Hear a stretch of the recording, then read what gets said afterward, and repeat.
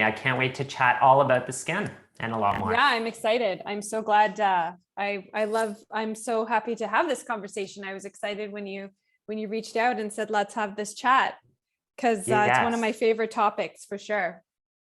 Awesome. Yeah. Because, being good friends, we don't really talk for an hour about the skin exclusively. Yeah. There's a lot of other things that we cover, but, I've known you now for probably 15 years about. Yeah. Holy cow. Yeah. It's been, yeah. It's been a long time. And I deal a lot with like the pathology side of things when it comes to the skin. Like someone comes to me, they say, oh, I have acne or psoriasis or eczema or whatever, rosacea, and that's the part I'm dealing with. But I'm also really interested in diving into like how we can be proactive and support the skin that way rather than waiting till there's a problem. I love, not waiting till there's a problem. Yeah. But for those of you, I'm sure everyone knows who Joy is, almost. But for those of you who don't, she, a little bit about her bio. She's an award-winning nutritionist. She's a best-selling author. I think you've published 3 books now. Yeah. 3 books. You're working on a 4th. Yes, top secret. Working on a 4th. Yeah. Yeah. It's in the works. I feel like it's been in the works for so long, but this fall we'll be shooting it. So I really have to like hunker down. My mind is just blown by how much is in a book. It's always blown my mind. Like whenever I open a book, like you pay like, I don't know, $20, $30 for a book and the amount of information in there and how much the author put in. I know it's going to be another great one. I appreciate you saying that, because I think that a lot of time, I mean, before I wrote a book, and I know your wife Megan has books too, like you don't really when you just pick up a book, you don't always realize like the research and the time and the effort that goes into it, and it is so time consuming. But I have to say, it's something I really, really enjoy doing. I know that everyone likes it, but I just love it's, you just, when you can get into a flow, it's just, I get into a flow when I'm writing and researching and recipe developing, and it's just like the world melts away and I'm just so happy in the moment. That's really good to know that you can get there, because I'd like to maybe write a book at some point. And I can't believe you don't have a book yet. I know. I feel like I often bug you about this. Yeah, Josh, you need a book. You definitely, the world needs your book. Well, we're really digressing here, but I had a couple really bad English teachers that damaged me for life. Oh, really? Yeah. And I still think I'm a really bad writer, but Megan always tells me like I can write and I should go ahead and do it more. But anyway, I'm working through that. That's neither here nor there. Just to finish up on your bio so we can get into the juice here. Sorry. You've been an expert on many different television shows. You have an amazing podcast with Walker. Yeah. And which I've been on a couple of times. Megan's been on a couple of times. A lot of our friends have been on, a lot of great experts there. And you've recently become an integrative dermatology expert. Yeah. So I'm in the process. I mentioned I've been doing lots of courses.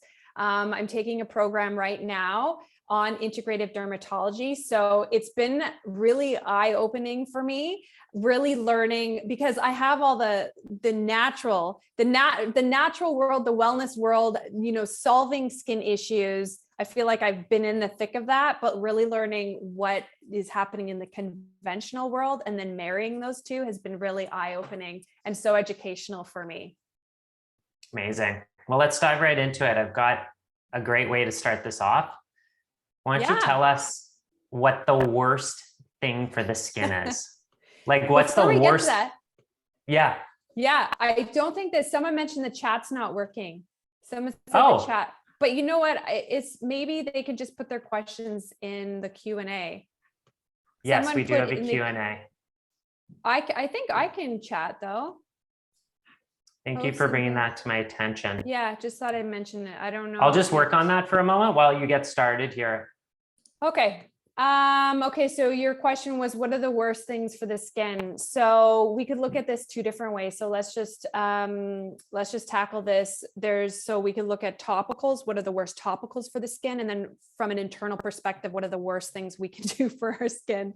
And I like that you started with this question, because it's always good to know what to avoid and have awareness.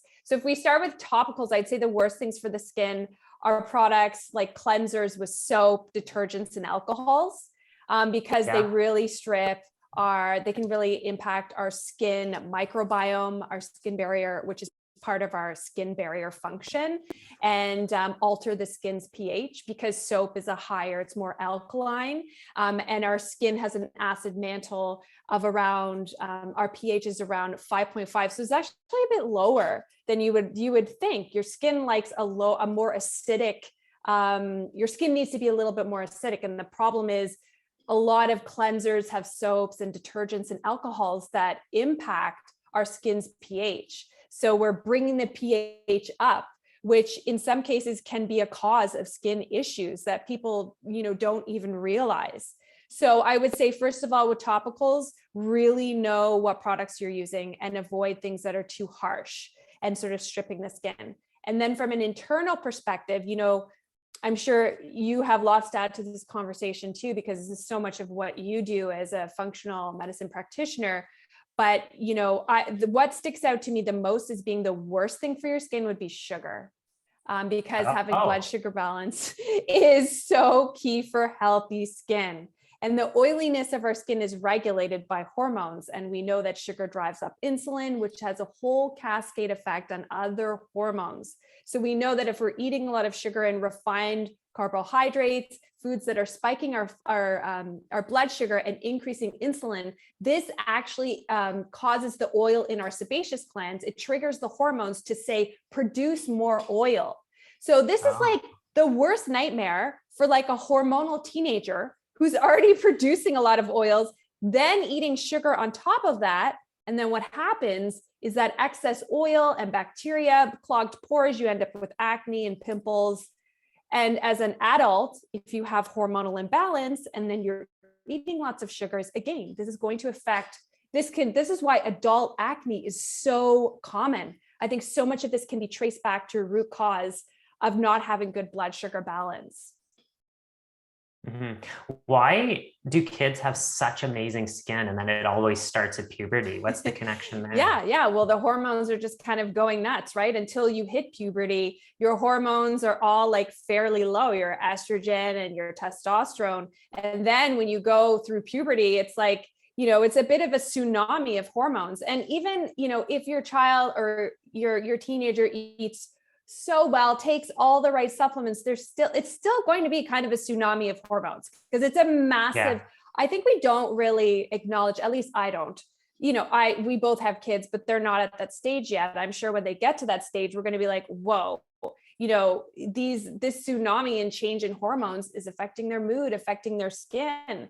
And so, that change in hormones, their body really has to adjust. They're becoming really a new human being in a way. So that's why, it's really tough on a lot of teenagers, because that's the time when you want to be eating all the crap and you don't want to listen to your parents. You want to be your own person. So I think it all comes back to, establishing those healthy habits and routines as young as possible, so that, when your child is going through puberty, they're not eating all the Doritos and all the sugar. But you know what? I feel like we all kind of do that. I know I ate a lot of sugar as a teenager, even though I had a good solid foundation. And then I came back to, what I was taught as a child. Yeah. So sugar as one is like the worst thing for the skin. Is there anything else if someone wanted the perfect recipe for having the worst skin ever? Yeah, I love this. Yeah, I would say like eat all the inflammatory foods you possibly can. Eat lots of gluten, eat tons of white pasta and white bread. And those kinds of foods, there's two reasons they're bad, right? As you know, because they're lacking in fiber for gut health. So you're going to spike your blood sugar, again, like causing that blood sugar imbalance. And then of course, gluten, as we know, is a pro-inflammatory hormone. So that can be a trigger for a lot of people. I've never heard anyone say, I got off gluten and sugar and my skin was worse.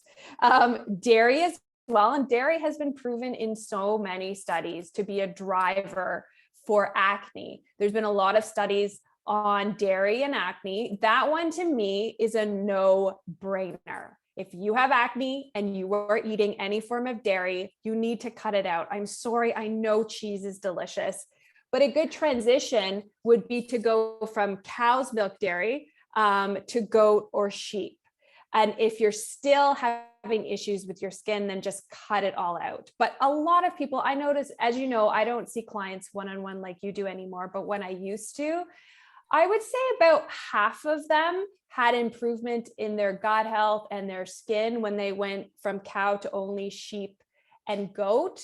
And some didn't. Some had to completely go off of dairy altogether. And we know that's because there's types of protein within cow that are so much more allergenic, the A1 casein protein, which is so much lower in goat and sheep. And that can cause issues for people. So gluten, dairy, soy can be a trigger. Basically anything that, there can be healthy foods that are pro-inflammatory as well. So if you're, say sensitive to strawberries, it's very common when you see people with rosacea have a food allergy and to a healthy food and not even realize that that's triggering redness or irritation in their skin. So gluten, dairy, sugar, bad fats, that's kind of the recipe for, I would think, the worst things for the skin. Did I miss anything? Do you have anything to add? I think that's a great starting point. How long should someone eliminate dairy for to do a trial to see if they're actually sensitive to it? Yeah, I would say at least a month. That's what I would recommend. But you know what the nice thing is? A lot of people notice right away. Like a lot of people might notice in a few days. When it comes to acne lesions, they may not notice their current lesions going away, but they may notice that new ones are not popping up.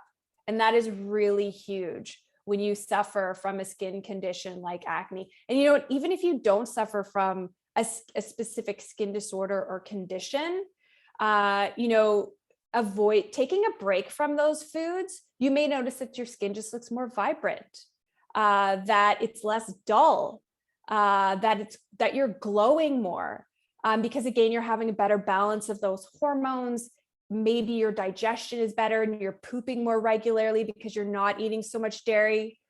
Aging is another, we could do a whole other webinar just talking about aging and what are the worst things for aging skin and the best things, stress.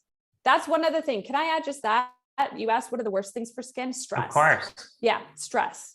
Terrible. Ages your skin, promotes hormonal imbalance, makes every skin condition worse. There's not a single skin condition that stress isn't one of the factors that makes that skin condition worse. Mm-hmm. Angry mind, angry skin, I guess. What's that? Angry skin? Angry mind, angry skin. Yeah, it's interesting you say that, because I feel like when my rosacea was really bad, I used to say to Walker, who, if you guys don't know, that's my husband. I used to say to him, my skin feels angry. I feel that there's anger in my skin. And that's a great, yeah. Yeah, there's a lot of things we say like that. Like there's butterflies in my stomach, and we know the digestion has a very strong connection to the nervous system, or I have a gut feeling, or my nerves are on edge, right? Like we have a lot of these phrases which actually reflect specific processes, biochemical processes and dysfunctions in the body that I at least listen for often with my clients. Okay. So we got an idea of some of the things that are really bad for the skin. And in functional nutrition, it's all about what do we take out and what do we put in? Okay. Yes. So let's dive into, actually, there was one thing you mentioned just in passing about the gut. Yes. And like one of the things that I mentioned when I was advertising our chat is that a lot of skin health comes from the inside out rather from the outside in. So how does the gut play a role in healthy skin? Gut health is truly the foundation of healthy skin. Pretty much anyone, unless you're like unless you have like this perfect diet, good gut health, and you're slathering the absolute worst product on your skin, then okay, you could say, okay, maybe it's not my gut health. But I would say over 90% of skin issues can be traced back to what's going on in the gut. And there's so many different things that can be going on that can affect your skin, whether it's an excess of yeast, dysbiosis, too much bad bacteria, not enough good bacteria. I mean, we know that certain strains of bacteria influence how sensitive your skin is. There's other strains of bacteria that influence how well hydrated your skin is, which impacts your skin barrier function. And this is all traced back to the gut. As well, we could talk all about, the importance of your gut is the place, your small intestine, where you absorb the nutrients from your food. And many of these nutrients are required for healthy skin, for healthy, vibrant looking skin. So, your gut, your digestive system is the place. It's like the factory of all these nutrients. And then your body and circulation delivers these nutrients where they're needed most. So the health of our gut is paramount for the health of our skin. If we have a skin disorder, or we feel like our skin is aging too quickly and we don't feel bloated or constipated, I think sometimes we think, okay, I don't have gut issues, and we just rule that out. And I know I kind of used to think that, because I wasn't having, all these gut issues necessarily that were obvious when I had rosacea. But then you helped me a lot, Josh, as you know. Josh is my favorite nutritionist to see. But different things that we did to support my gut health that I just really didn't think about, because I was like, I don't really have gut issues. Like, I poop normally, but there could be things going on that you're not aware of. Perhaps you have leaky gut. That was a long-winded way of saying that. Let's just wrap this up and say that gut health is the foundation of skin health. Your skin is a reflection of what is going on inside your body. It's just really, it's the sheath, it's the protective barrier of your body. And it's going to show you signs and symptoms when something is off on the inside. It's almost like sometimes we don't really eat for us. We're actually eating for the community and the world. That's our gut. It's the interface between our food and us. Yes. And we're you just mentioned something. Yeah. We're a host to all those millions and trillions of bacteria that live in our body and on our skin. They just want to decompose us and bring us back down to the earth, right? Yeah, it's like a constant fight in life to live symbiotically with them. It's like a tree in nature. As soon as it gets weak, the fungi come in and take it over and bring it back down to the earth. So it's like humans, when we get weak, they're going to take us over. I love that analogy. That's really fascinating. Yeah, and it's so true. You mentioned something fascinating about specific strains of bacteria and how it can affect the sensitivity of the skin. Yeah, it's pretty cool. There's actually some good research on that. But you have to be careful with probiotics, because in some cases, if someone has SIBO, for example, and they're taking all these probiotics because they're trying to deal with a skin issue, they could actually make it worse. As well, if someone is having trouble breaking down histamine and they're loading up on probiotics, they could actually cause a skin issue. But there are definitely a few strains of bacteria. Let's see if I can remember them. There's some strains of lactobacillus. Paracasei is one of them that has been shown to reduce the skin sensitivity and improve the skin barrier function. And when we talk about skin sensitive, when someone says they have really sensitive skin, that's like a cue for, okay, maybe something's going on with their gut health. Like if they're using really clean products and they're not stripping their skin, then what's going on with their gut microbiome that their skin is so reactive to the environment? Another lactobacillus strain, longum, this particular probiotic studies have found it increased resistance to physical stressors to the skin. Like some people are really sensitive to heat, cold, wind, like you see people get like windburn.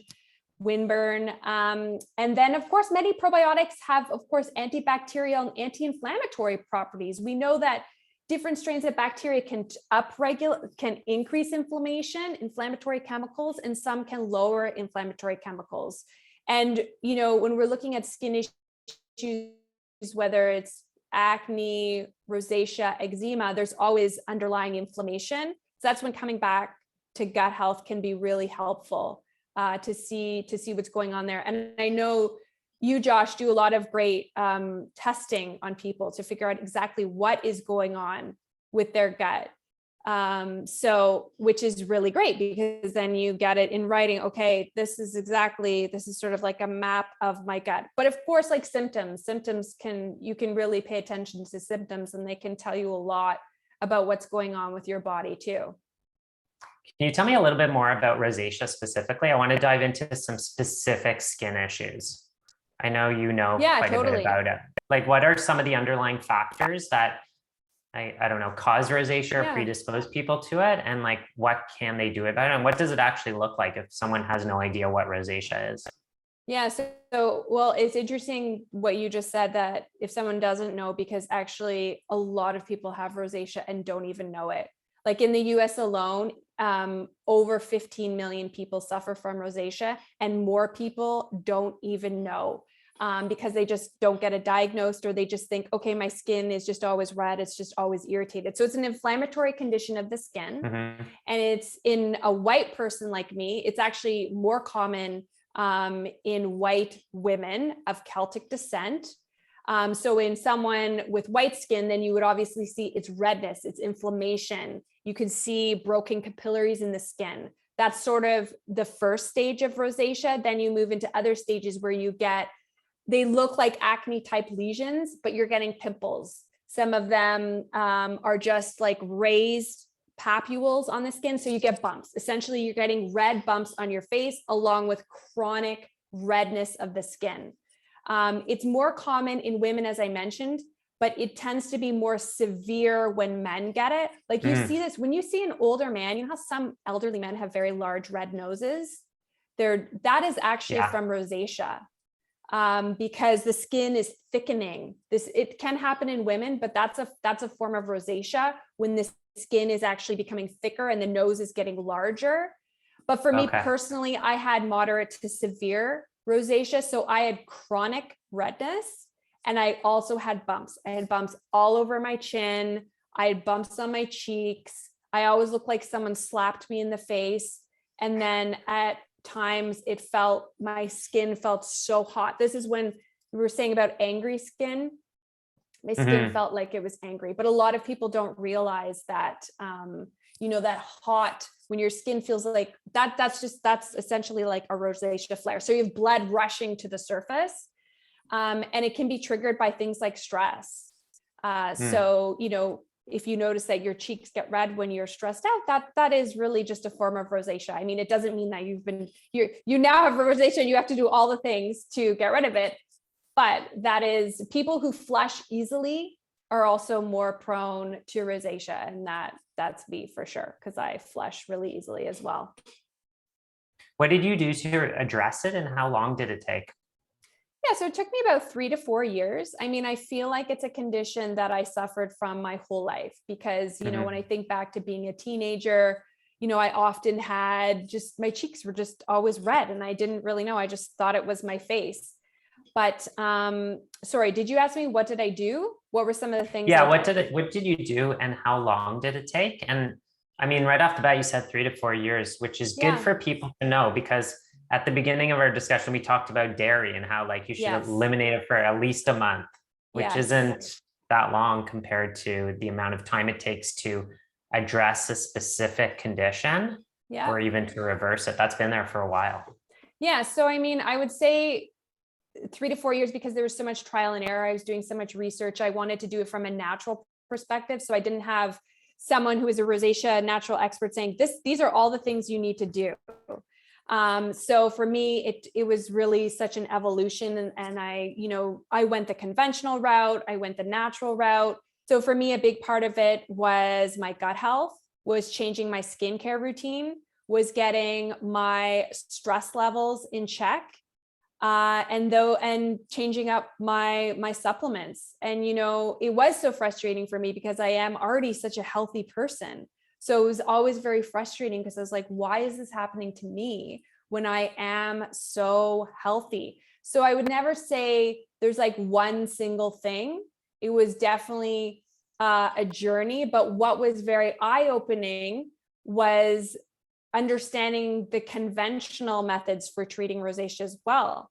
And I think it's good to be aware of what they are, but know that with any skin condition, when you see a dermatologist, just like any really health condition, they're just treating the symptom. How, when it comes to acne or eczema or rosacea, when you go showing the skin lesion or the skin problem, they're just trying to treat the symptoms. So with eczema, you're just going to be given a prescription cream that will thin the skin and renew the skin, but you're not actually getting to the root cause of why you have eczema in the first place. It is a Band-Aid solution.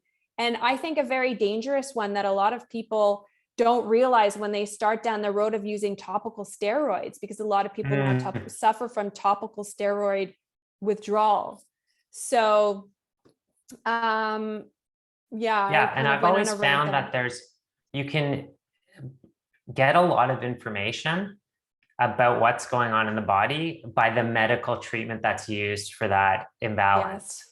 So you just mentioned steroids. What are steroids? Steroids are very powerful anti-inflammatories. So if an anti-inflammatory is working for that condition, well, what's going on in the body? Too much inflammation. Right. Let's get to the root cause of that. Or other treatments that they use for skin are antibiotics, right? Oh, put on this antibiotic cream. So what are they doing? They're just wiping out your microbiome. They're trying to kill all the bad guys, but they're getting all the good guys at the same time. And it's also telling us your skin microbiome is completely out of balance. Where does that come from? That comes from the inside out. They use antifungals, right? Or even just stuff to completely dry out the skin. I remember in high school, you get a couple pimples and stuff, you go to the doctor and they're like, here, take these samples, right? My neighbor was a doctor. And he's like, oh, I just have some samples here, try these. And I put it on my skin and it just dried it out. And my skin was like dry for a month. And then that was almost even worse than the original issue I was dealing with. So like, because you know what that does? I just want to add to this point before you move on.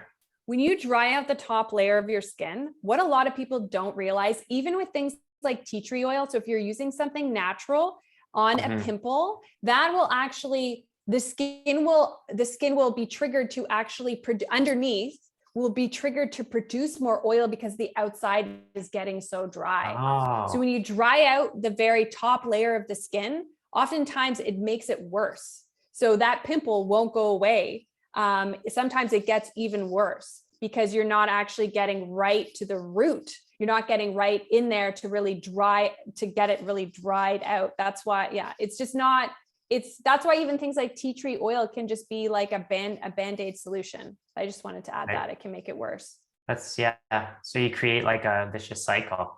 Yeah, exactly. In the whole process and trying to deal with it from the outside in, which is not the way. Yeah, exactly. And when, it's very common to, with different types of skin conditions, as you mentioned, dermatologists often recommend antibiotics. I don't want to put down dermatologists. They're just doing what they've been learned, what they've been taught to do. But having an understanding, I think, as a consumer, as a patient, when you see a dermatologist, of knowing, okay, what does an antibiotic do? I'm being recommended to take this for 3 months. This is going to carpet bomb my gut microbiome. And it's the most, for rosacea anyways, putting patients on a topical antibiotic and an oral antibiotic is very, very common. Then of course with acne, Accutane, super high vitamin A, which can be very toxic to the liver, just toxic to the body. They're all just Band-Aid solutions. And, I spent so much time over those 3 to 4 years, I spent so much time on forums and reading other people's experiences, because I think you can learn so much from what other people have gone through. Because I got to a point where I was like, you know what, I'm just going to do all the conventional stuff and see if it fixes it. But then when I was reading, people's testimonials and story after story, it was always the same story. It was, I tried this for 2 months. I tried this for 3 months. It was great. My skin cleared. And then 2 weeks, then they go off the antibiotic, or if it's acne, they go off Accutane, or if it's eczema, they go off the steroids, and it just flares up again. And obviously there's a theme here, is that you're not addressing the root cause. You're just this Band-Aid solution and you have a flare up, because if you're on antibiotics for that long, you're just carpet bombing all that good bacteria and that bad bacteria. That's a problem with, these pharmaceuticals like antibiotics, is they're not differentiating between the good and the bad. So it's a Band-Aid solution that is not a permanent solution. And then you end up with someone who, I've always been told, and you always read that, things like rosacea and eczema are, and even in the course I'm taking, the dermatologists say, like, eczema is, the idea is you want to get the patient to have fewer flares, but they're never going to not have eczema. To me, that's just crazy. Right. So the treatment plan is to extend the time in between the flares. So that's considered success. If you can get your patient to go 4 weeks or 6 weeks without a flare, that's success. To me, that is not success, right? It's just, managing the symptom. Yeah, there's so much more there that they're missing, which is unfortunate. But you mentioned Accutane, and I've had quite a few clients on Accutane. Accutane, just as a side note, first of all, it changes the microbiome substantially, but it also causes epigenetic changes way after you've stopped using the medication. I actually have a slide that shows this in a visual format from a study that was done. And there's class action lawsuits, and there have been, on Accutane and inflammatory bowel disease. So look, you're taking something for the skin, and then you're getting a digestive disorder, an inflammatory autoimmune disorder from taking that medication, which is just very scary. But something, I didn't know if we would go in this direction, but oftentimes women start to go through puberty, they get acne, and they're put on birth control pill. Right. For acne, which... So what's the deal with that? Why did they do that? Yeah, well, because they, a lot of time, well, I was even recommended to take the birth control pill at 40, whatever, how old I was at the time. But yeah, I mean, dermatologists will recommend that because they've been told that taking a birth control pill can help to regulate your hormones. So you're then taking a synthetic estrogen in every day. And there are so many side effects of the birth control pill. So it's definitely, again, that's just a Band-Aid solution. So what happens, so if, you're a teenage girl, you're going through puberty and you're getting acne, and you go on the birth control pill, and that helps to clear up your acne. But then what happens, 5 years, 6 years, 7 years down the road, when you haven't addressed that root cause in the first place and you decide to go off, you're probably going to have acne come right back. And I hear this from people all the time and time again. You go on the birth control pill to manage one thing, say it was excessive cramping, and then you end up with all these other side effects. Maybe you start getting migraines. And then when you finally go off the pill, you have all those same issues all over again. So it's really just a Band-Aid solution. And I don't think a lot of practitioners know why they're recommending the birth control pill. They just know that, okay, it's going to help them balance their hormones. But as we know, it's not actually doing that. It's just kind of masking the problem. And it's such a common recommendation, unfortunately, for so many things other than what birth control pill is supposed to be for, to prevent you from getting pregnant. It's used for so many other things. Yeah. The way I explain it to my clients is that it's almost like two people are talking at like a regular volume, and they're saying something you don't like. So you just yell over them. That's what the birth control pill does. That makes so much sense. The hormones are kind of out of balance, but you just bully the body into finding balance by adding these potent amounts. I mean, the amount of estrogen in the body at one given time is one drop in an Olympic-sized pool. That's the dilution.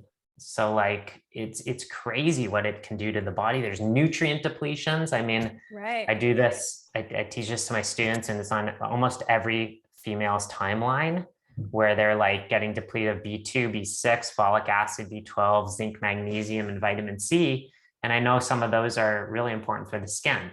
So let's move into if we want vibrant looking skin that glows like yours right now, I could see the sun's shining and your skin is literally Yeah, the sun is glowing. totally coming in here. It's just the sun.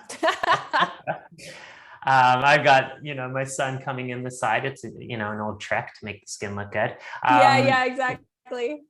What? Well, I've seen you in person. Your skin looks great. Thank you. What do we, what did you say at the beginning of that? Oh, I said your skin looks great. I don't know. What did I say before that? Oh. I said I've seen you in person, so I know you have great skin. Oh, yeah. No secrets here. Yeah. So what do we do for the skin? Like, is there stuff? Yeah, I mean, we talked about all the bad things we can do. So obviously the opposite is really important, but like, what do we eat? What do we take? What can we put on the skin? Yeah. I know you have some amazing products that you recommend, and yeah, just let's dive into that. Okay. So we covered the doom and gloom. Yeah. That's always the interesting stuff. And then this is where everyone should be taking notes. This section now, like what you should be doing. Yeah. The nice thing is, the amazing thing is that when you have a skin issue, or say you just want to age better, when you start nourishing your body better, there's so many other great side effects. You might have better mental clarity. You may have better energy. So it's not, all these things we're going to talk about don't just benefit the skin. It's truly a holistic approach and benefits the whole body. The skin, even though it's our largest organ, doesn't work just on its own. Everything, as you know, is all connected. So I would say, the easiest place to start is to make sure that when you grocery shop and you're shopping for produce, for fruits and vegetables, that you buy the full color spectrum. You want to have all the different colors of the rainbow. Even if you're eating for one, this is totally achievable. I mean, it just means you don't buy, 5 of one thing, maybe you just buy one, but eat the full spectrum of the rainbow, because color is a cue for health. When we ensure we eat lots of color, this means we're getting lots of phytonutrients. Phyto means plant nutrient. There's over 23,000 known phytonutrients in plant foods. And these phytonutrients help a plant have a healthy immune system. And our skin is this is the first part of our immune system, because it's the protective barrier against foreign bacteria, pollution, allergens. So we want to eat foods with lots of phytonutrients to support our own immune system, to support our brain health, our skin, to give us lots of antioxidants. Ensuring we eat lots of antioxidants is so great for preventing premature wrinkling. But the reason that color is a sign for health is because the color pigments in food are from phytonutrients. Same with the taste and the texture. The different tastes that we taste in food are from phytonutrients, and they are so beneficial for our body. So it's just to me, it's so simple. And, when I was a kid, my mom would always make sure that my brother and I always had at least 3 different colors on our plate. So start with color when it comes to plant foods. Now, I'm not saying by any means that, you should be eating vegetarian or vegan. If that's your thing, great. But I do recommend to make sure, okay, so now we've covered off colorful foods and plant foods. Make sure that you're also getting healthy fats and getting really good sources of protein at every meal and every snack. And we need protein and fat to help balance our blood sugar. Eating fats in simple terms helps us moisturize from the inside out. And then, of course, choosing great sources of protein as well. Cool. So phytonutrients, actually, I just saw in my inbox today in one of the newsletters I follow, there was a study done with, I forget how many women, I think like 120 women or something. Yeah. And they gave them cacao, like chocolate, for 12 weeks. And their skin showed less aging. They actually had less wrinkles from the polyphenols in cacao. I believe it. Polyphenols are so fantastic for skin, and they help prevent skin cancer too. Yeah, that's so cool. And polyphenols feed your gut bacteria. So they can act as a prebiotic for your gut bacteria, which is really cool. And then gut bacteria, it's a symbiotic relationship because the gut bacteria helps you absorb more polyphenols. But that's a really cool study. So yeah, eating more antioxidants is so key, because then also not only are you slowing down aging, but also you're helping prevent cancer as well, by ensuring you get lots of antioxidants in and prevent free radicals from damaging your DNA. So from a nutrition perspective, I don't know if anyone has any questions, but I feel like, I know it's very broad. It's not like this is exactly what you should eat, but I always like people to figure out what works best for them too, right? I always like to say, you're your own best nutritionist. You really know what makes you thrive. So if you really hate zucchini and you're like, oh, but Joy told me I should eat more green foods, then okay, don't eat zucchini. There's so many other different green foods you can eat. And, eating more plant foods is so great, because then you're getting in more fiber, and we need fiber to feed our gut health. We need fiber for healthy elimination, and all that. So those are some ideas from a nutrition perspective. And then what else were we going to talk about? What else is good to do? So we could talk supplements, topicals. Well, yeah, actually the topicals is an area that I admittedly don't know a ton about. I saw Joy over the weekend, and she gave us a sample of this product, Supernatural. You just came out with this, right? Yes. Yeah. That's a mask. I was looking at the ingredients, some nice stuff in here. I'm familiar with the ingredients. Yeah. Yes. That's the thing. Like all of our, So that's a gentle exfoliating mask. And I do recommend that everyone exfoliates 1 to 2 times per week, depending on your own skin. So it's all organic, and the ingredient we use for the exfoliant is organic oats. There's also white clay in there. There's calendula flowers, marshmallow root. So it's 100% plant-based. It is a powder, which is great because you get twice the amount of product. A lot of masks, a lot of skincare products add water. Okay, so water adds more volume. So in the case of that mask, it is a powder, concentrated powder. So you get to add the water. You get to decide how liquidy you want your mask, and you get way more product. So with all of our skincare, my whole thing since the beginning with the Joyous Health skincare line is I don't want any ingredients in there that don't actually have a benefit. Every ingredient has to have a functional benefit, and we don't need to use chemicals and crappy. I realize not all chemicals are bad, because plant chemicals, so we want to be careful about using that word. But I have found that it is not necessary to use all the junk and fillers that so many brands, let's say 95% of the beauty industry uses. It's just not necessary. So I wanted to create products that I can personally use myself, that are safe for those who are rosacea prone, although I feel like that's a thing of the past, but are good for everybody. Like Walker, my husband, uses all our skincare products as well. So every ingredient is functional, all organic ingredients. And the most important factor I want to mention about all of our skincare is it supports and nourishes your skin. It's not stripping your skin. It's supporting your skin barrier function. And the barrier function of your skin is everything. This is how you have glowing skin. This is how you prevent skin issues, whether it be eczema, acne, rosacea, psoriasis. The skin barrier is your protective sheath. That's the protective barrier of your skin. So a healthy skin barrier, it's only as healthy as the topicals that you're using and as healthy as your gut, but we already talked about that. But topicals play a huge role. And that's one thing as a holistic nutritionist, until I actually had my own skin issues, basically until I was 40 years old, I had like perfect skin.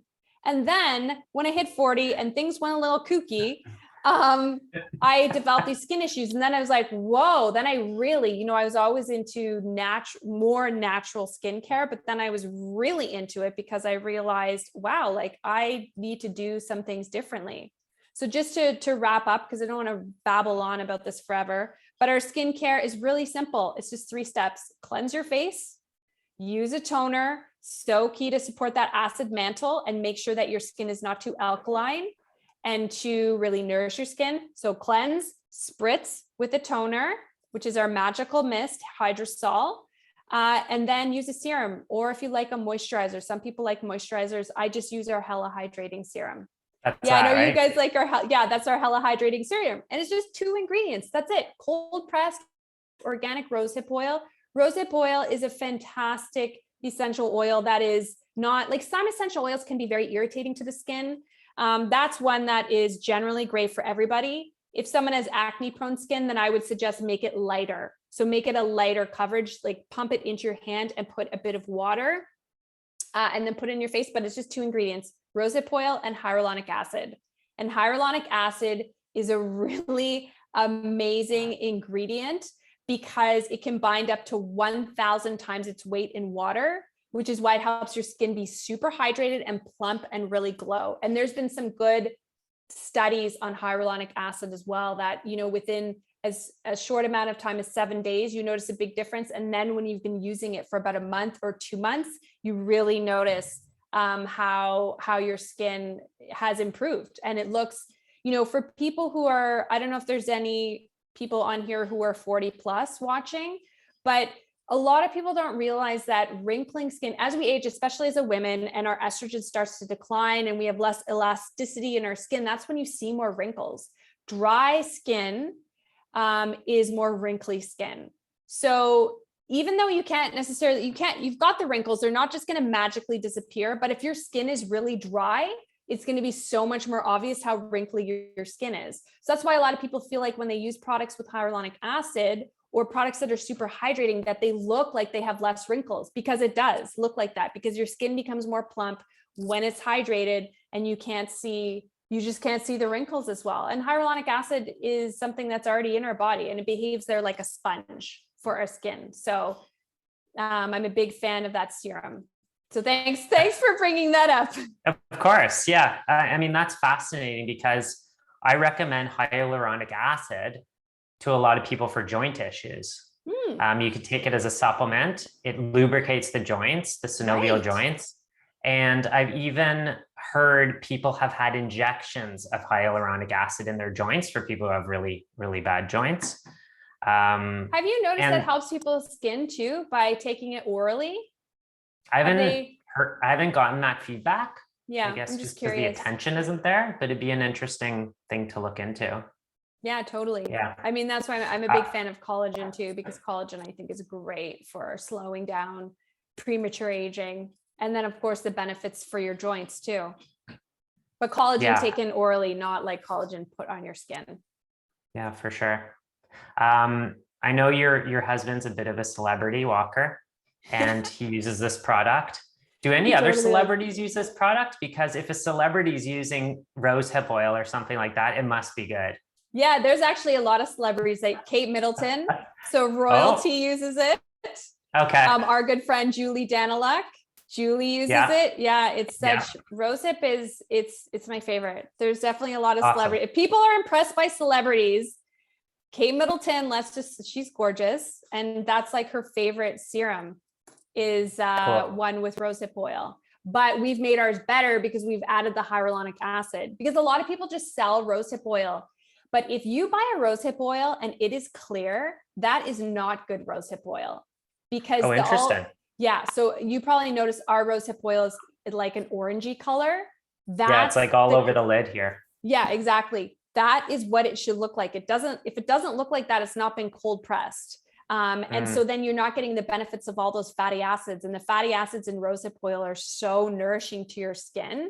So not all rosehip oil is created equally. It should be that kind of yellowy orange color, and it should have a nice, it has a nice like earthy smell to it.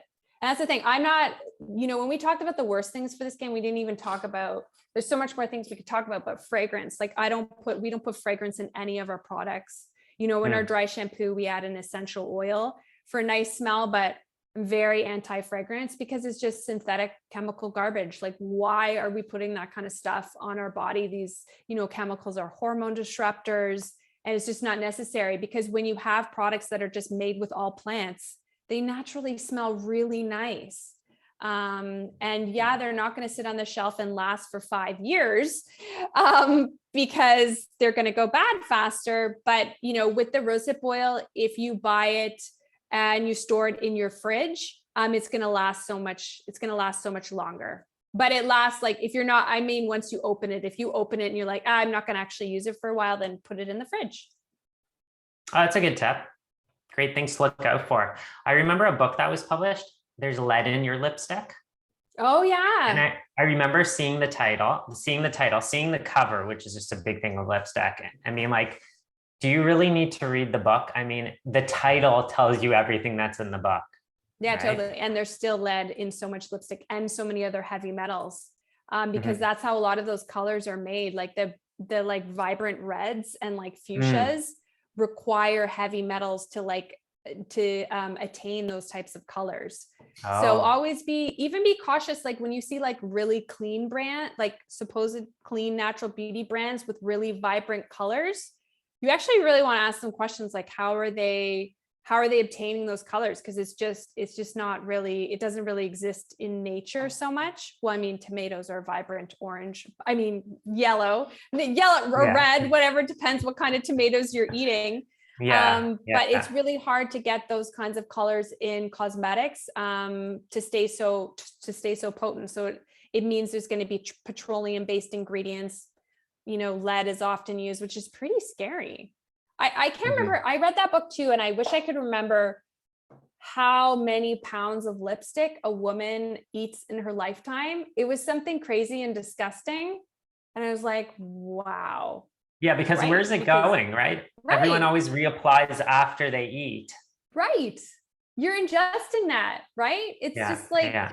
yeah. And your skin, what you put on your skin gets into your body. And depending on the chemical, some chemicals absorb into your skin in under a minute. Some don't, the molecules are too large. But just having awareness, I think it's great for people to be really aware of what food they put into their body, but I think it's, taking it to the next level is really being aware of all the products that you use on your body and how unnecessary so many things really are. Like, I'm all about skinimalism. Fewer products, I fewer love that. ingredients. Few products, few ingredients. You don't need a lot of stuff. When I see these skincare lines with like 5, 6, 7 products, I'm like, that is crazy. Like, who has the time for that? I just want to wash my face, spritz and moisturize and be like done. Oh, and sunscreen. I use sunscreen too every day in the morning, just on my face though, because I want my vitamin D. Right. I think we can touch on that in a moment. I have 2 more questions, and then maybe we'll look at some questions from the audience. One is clothes, Yes. especially where we live. Like, we're wearing long sleeves most of the year. Our skin doesn't get to breathe. Can you tell me anything about clothes? Like in terms of fast fashion, like how bad, or you mean like in terms of like vitamin D and not getting exposure? In terms of like the materials of clothes Oh and if it yeah. affects the microbiome and the health of the Yes. skin and Yeah. whatnot. That's a really great question, Josh. And actually, I just interviewed someone, it's coming out in the fall on the podcast, all about fast fashion. And I'm glad you brought that up because, whenever you see, so yes, what you put on your skin can get absorbed into your body, especially if you're sweating. That's, if you're sweating, you're going to have even better absorption of whatever chemicals could be potentially on your clothes. A lot of clothing that comes over from Asia is treated with formaldehyde. It's sprayed with formaldehyde because when it's shipping over on the boats, it can grow mold really easily. And we know that's a carcinogenic substance. So at the bare minimum, always wash your clothes, but that doesn't mean you're going to get everything out. The other thing is whenever you see clothing that's a really bright color, any of those fluorescents, those do not exist in nature. They are a certain type of dye that is carcinogenic.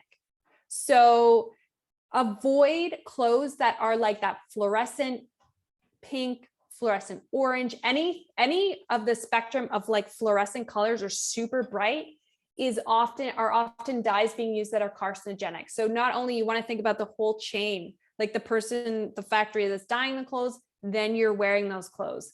And then we could talk all about like polyesters and how those are microplastics and adding to the microplastics in the environment.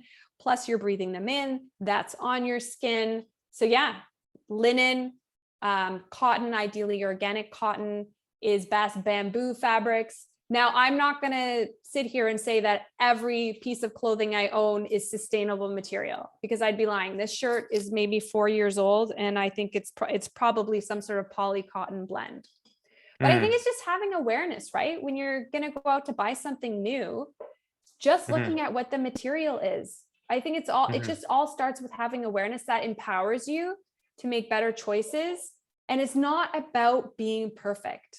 Like, I think it can be overwhelming hearing people like us speak. You know, people watching this right now are like, oh, but I can't do all these things that Joy and Josh do. You don't have to. It can be an evolution. It's all about baby steps. Start with like the small steps. You know, start just getting more color in your diet. Maybe consider, if you're on the birth control pill, maybe consider going off of that. It's all about baby steps. You don't have to do everything right every day for the rest of your life. About baby steps. Great tip. I love that. And it really is like, we've been doing this for probably about 15 years, and we're still trying to make changes and grow. Yeah, like, totally. you know, yeah. Yeah, So that's it a is great an point. evolution. We're always evolving. I'm sure like you don't eat the same way you did in your 30s. I know I don't. I'm like always evolving and updating and learning new things. Yeah. And making tweaks to see, you know, how my body responds. Yeah. Going back to the clothing thing for a moment, I decided, I think that maybe it was about 6 years ago or something, that like the most important thing I needed to change was what houses my bits and pieces, not to like, you know, give that image to everything. That's a great point. But I'm like, my underwear, that's like the one thing that for sure 100% has to be organic cotton. And I found a couple great companies over the years. One was Pact, P-A-C-T. And Megan did the same thing. Yeah. I need to write, do they have, okay, P-A-C-T, I'm going to look that up. Yeah. And I think Colorful Standard too uses organic cotton. Oh, amazing. And yes, I have noticed, that was interesting what you said about the fluorescence, because I think fluorescence is actually coming back in now. And yeah, you want to, like, when you look at like organic clothing or organic cotton, it's always like these pastel-y, non-vibrant colors. So totally, maybe we can start a cult or something and just figure out a uniform, and we can all wear the same thing. I love that. But that's a great point you brought up about underwear, and bamboo is great for underwear and bras too. And also, like, for the ladies out there, you want to think about your boobs and your breasts and what material is on there, right? All day, you know, a very fatty organ, and you absorb chemicals through the skin. So all good things to think about. I have some amazing bamboo bras that I bought when I was in Austria a couple of years ago. That's one of my favorite materials, actually, because it's so soft, and because bamboo grows so quickly. I've noticed that bamboo products are usually not that expensive. Like they're reasonably priced.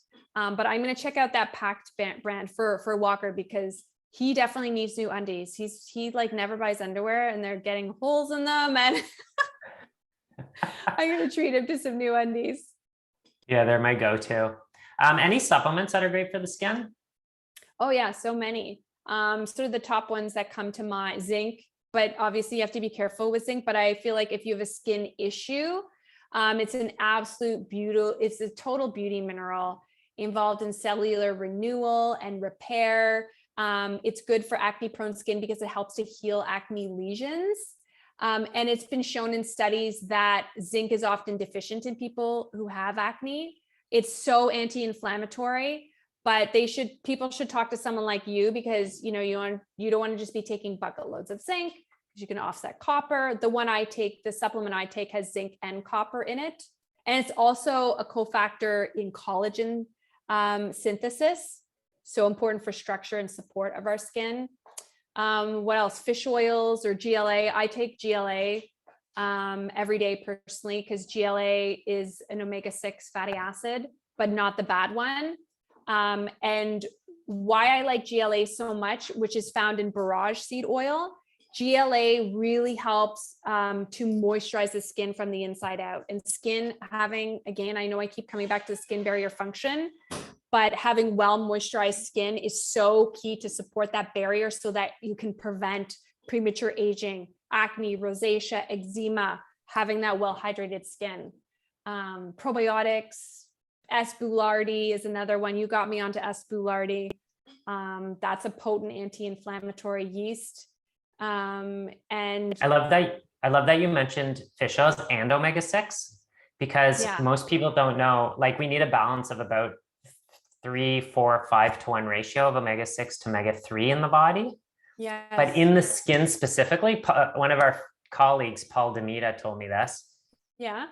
We have a ratio of 1,000 to 1 omega-6 to omega-3 in the skin specifically. Oh, I did not know that.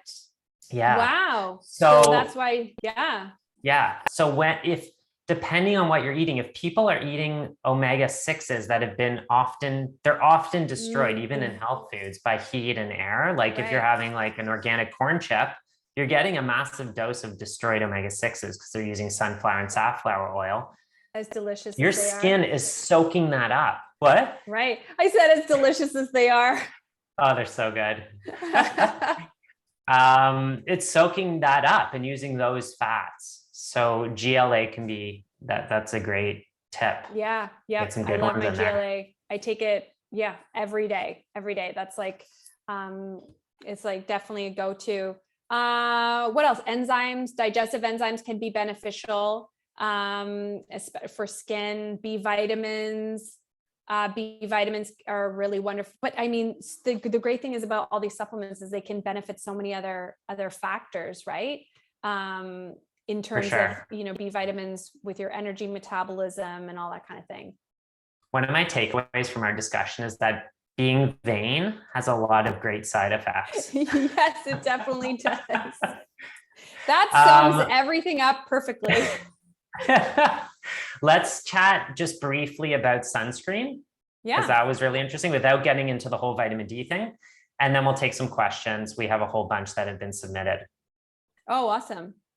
Yeah. So sunscreen. So I wear sunscreen every day, but just on my face. But that is more because I am wanting to prevent a few things, a rosacea flare-up, because your skin becomes so much more sensitive to the sun.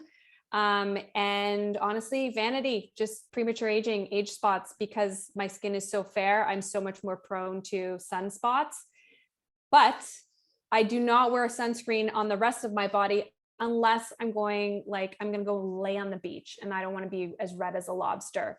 But we need, the sun is so important for healthy skin. As you know, and because you're like a total vitamin D expert, but for the absorption of vitamin D, when the sun hits our skin, we synthesize vitamin D in the liver, right? Is that's how it works, right? The UVB rays hit the skin, and the skin cells, the cholesterol, correct me if I'm wrong, let's see if I can remember this. The cholesterol in our skin cells make vitamin D, or make whatever that pre-vitamin D is. And then it goes to the liver. Am I explaining this right? You correct me, Josh. Yeah, pretty much. The cholesterol converts into vitamin D. It's the backbone of vitamin D.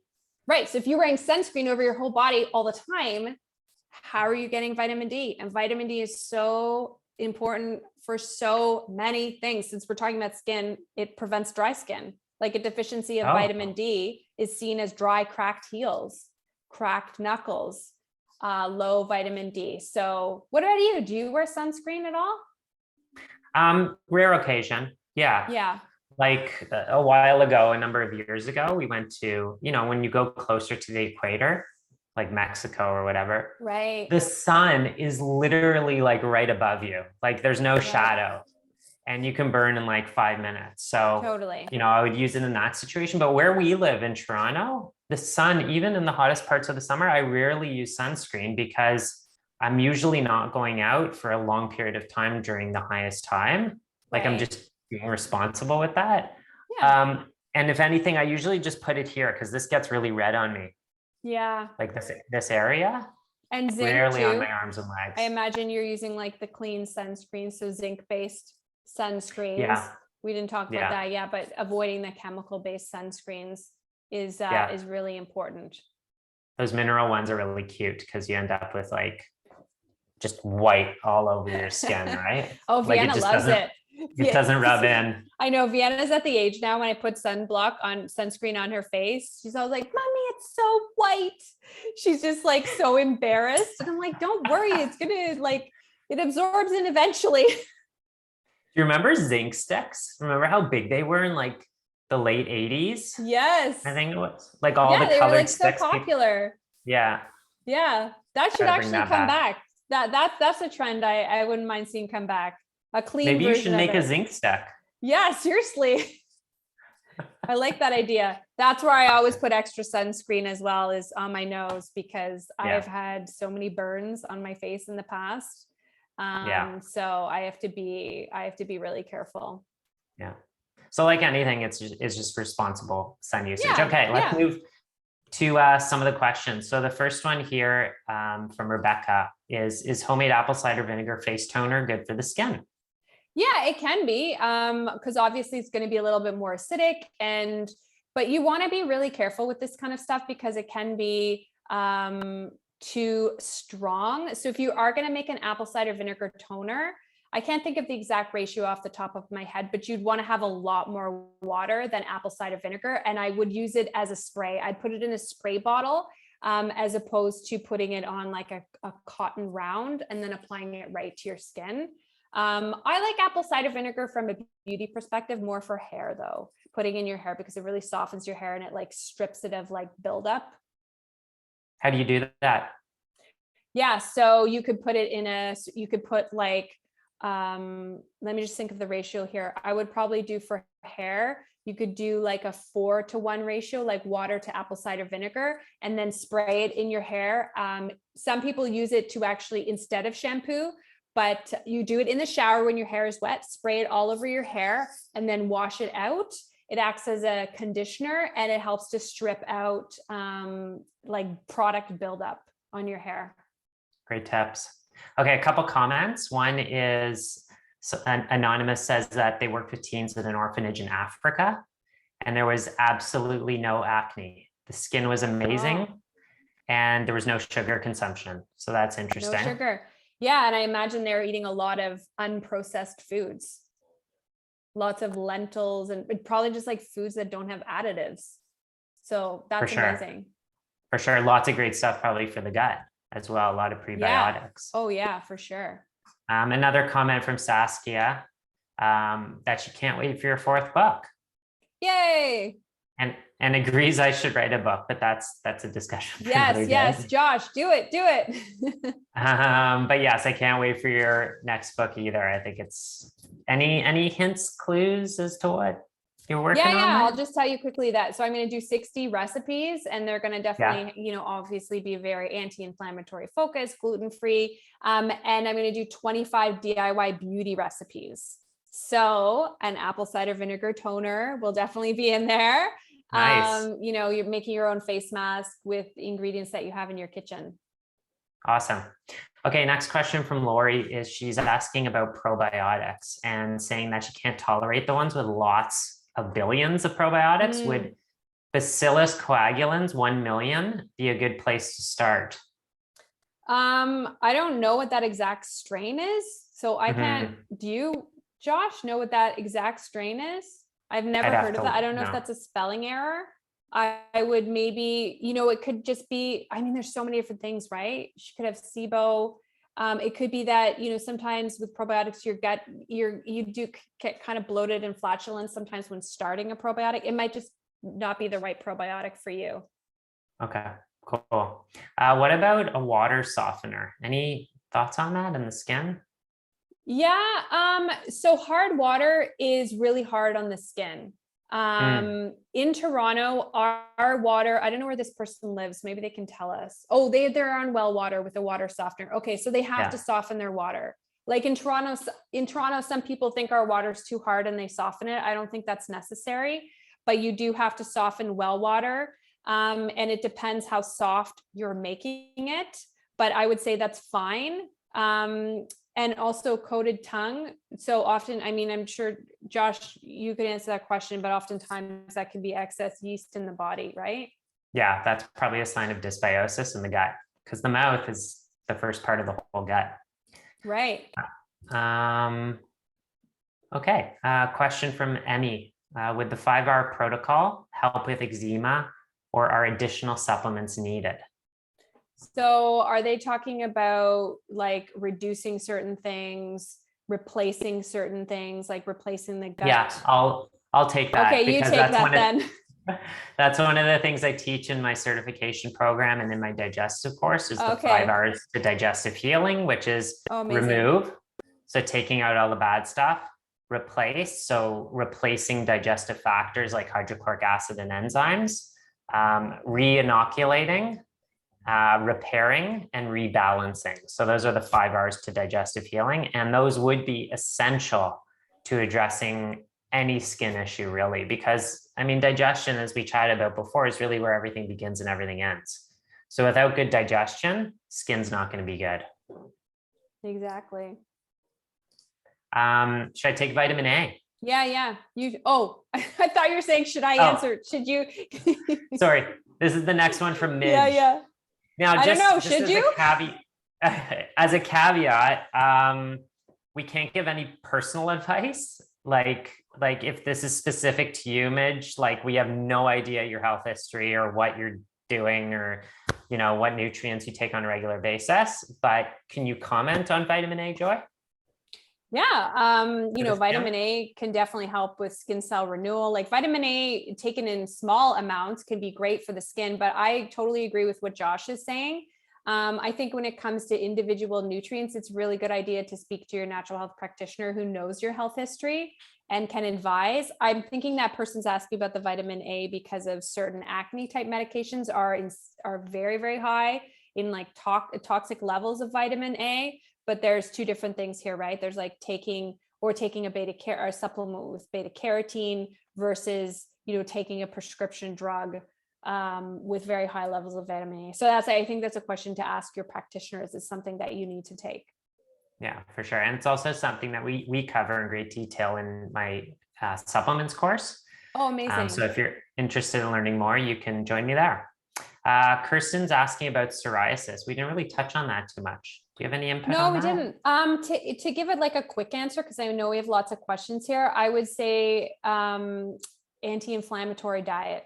Eat lots of anti-inflammatory foods and to work with a practitioner like you, Josh, who can really get to the root of what is going on with psoriasis. Great.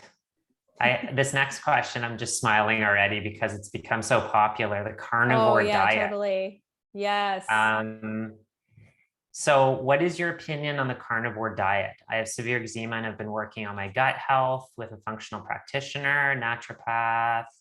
I can see the question. I always see success stories on the carnivore diet. Mm-hmm. What are your thoughts? Yeah, I don't know. We may have different thoughts on this. So I'd actually love to hear what your thoughts are as well. I've heard different podcasts and experts talking about the carnivore diet and it, seems very compelling, but I personally, as a nutritionist would not be recommending blanket statements that everyone should be on the carnivore diet. But I think people with skin issues really benefit from going off of grains, going off of gluten, and just eating really simple whole foods.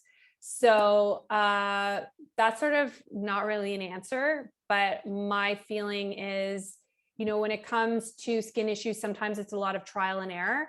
So you could try it. I just, the one thing I worry about the carnivore diet is the lack, and I know the carnivore diet people have answers to this, but the lack of fiber and prebiotics to like feed your gut to feed your gut microbiome. I don't know if you have any thoughts on that. I have lots of thoughts on the carnivore diet. Oh yeah, I want to hear them. But I think, the diet that firstly works for one person, one doctor advertising it online to thousands and thousands of people might not work for everyone else. But carnivore diet's a severe exclusion diet. It's like a comprehensive elimination diet. So just by default, you're taking out a lot of stuff, which may not be necessary. And sometimes a diet might be helpful for a healing process because it serves a purpose for a certain period of time and then might not serve a purpose anymore. So I've had situations where I've had clients who have an autoimmune disease can be really helpful for that. And they find that the only thing they can eat is meat, right? They're on the carnivore diet. Yeah. But that doesn't mean that that's the right thing for them for the rest of their life. Maybe it's just getting them to a certain point where they can bring down inflammation, and maybe they're getting certain foods that are causing inflammation out of their diet. And then they can move on to create more of a robust environment. So there's a lot of experts out there that don't necessarily deal with real people. They're just information people that are saying that carnivore diet's the way to go, or that kale is toxic and it's going to kill you. But we always have to look at the big picture, and we always have to understand that we're each biochemically unique. And one thing at one time may be perfect for us, but it might not be right for us over the long term. Do you have anything to add on that, Joy? No, I think that is like the best answer. And I just totally agree with you that, you know, diets can be, when you're going through a healing, you're working with a practitioner, can be really beneficial. And the fact is, it's just so restrictive. So if you go, you know, it's when you often hear this, you know, with people who go from eating an omnivore based diet to eating vegan, and they suddenly become so healthy and well. And it's not that they've just gone, it's not because they've cut out the meat necessarily, it's because they've cut out all the garbage from their diet. So sometimes when you do restrictive diet, you see those benefits and then you think it's the diet, but really it's just that you've cut out all of the crap. So I think it's, you know, I agree with everything you said. Oh, I give one other quick clinical example is that the FODMAPs diet. So people with IBS or who get a lot of digestive upset have trouble with fermentable carbohydrates. And if you go on a strict low FODMAPs diet, you're cutting out the whole cruciferous family of vegetables. And that can be great for a period of time while we get your gut back in balance. But those are like the top anti-cancer foods on the planet. And we definitely want to bring those back in at some point. So a healing diet serves its purpose for a certain period of time. Okay. Enough on the carnivore. I need to have you on the back on the podcast so we can talk about the carnivore diet. Let's do it. It's really interesting. But you know, in all fairness, I like to try everything. I haven't actually tried it yet. And I feel like I need, if we're ever going to chat about it, I got to give it a fair trial for like at least a week. I've spoken about it with Megan, but she's not ready to jump on the carnivore train yet. What, and not just eat bacon at every meal? What about collagen and water? Yeah, I'm a huge fan of collagen. I put collagen in my tea almost every night. You have to make sure when you buy a collagen supplement that it's hydrolyzed collagen, so that you're actually getting the absorption. But I personally noticed a difference in my skin. I prefer bovine collagen over marine collagen. I took marine collagen for many months. I know I'm speaking about my own experience, but it's probably helpful for people to hear that. But I know many people and, you know, within my community that have really benefited from taking collagen for skin, for hair, for nails. It's the most abundant protein in our entire body. So yeah, collagen and water, I put it in my tea. That's what I do, or in my smoothie, but it's usually in my tea. And so versatile because it goes in hot or cold, which is nice. Yeah, exactly. What are your thoughts on dry brushing? Oh, I'm a huge fan of dry skin brushing. Dry skin brushing is great to really get your skin glowing, slough off those dead skin cells. You lose I think it's like 40,000 skin cells multiple times per day. Like you're always sloughing dead skin cells and they often just sit on your skin. And of course, the best benefit of dry skin brushing is that you're stimulating your lymphatic system, which is so key for your immune system to remove waste and toxins and just help your body better detox. So I'm a big fan of dry skin brushing. Another side effect of being vain. I love it. Yeah, exactly. Question from Midge, is there a vegan collagen? The answer is no, because it's animal derived. Another question. Brands for lipstick. Do you have any recommendations? Yeah. There's so many good brands. You know what? I'd say just go to like the detox market and look at the brands they have. But Delish is a good brand that I'm actually wearing Delish right now. Ilia is another brand, but they have some really bright colors. So stick to like the lighter colors. Fit Glow Beauty. Those are sort of the top three. Oh, and Pure Neta. Pure Neta is a Canadian company too. Okay. Do you know any of the brands of the sunscreen off the top of your head? Yeah. Substance, Green Beaver, Kula. Those are some of the top three that come to mind. Okay, cool. Do you know? Okay, I'm just looking here. What brand of underwear does Joy use? Well, I do, okay, so clothing, do you have a comment I see on Nick's underwear? Can I answer that?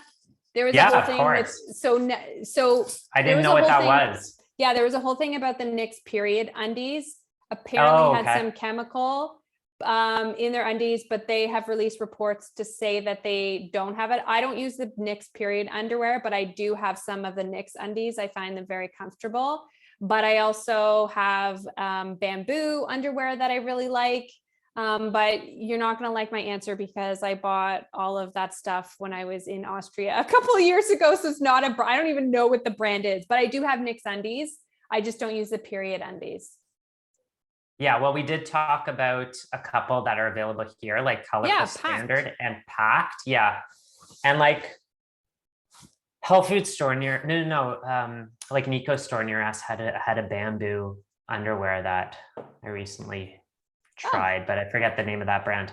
Hair falling out after pregnancy. Any advice for that?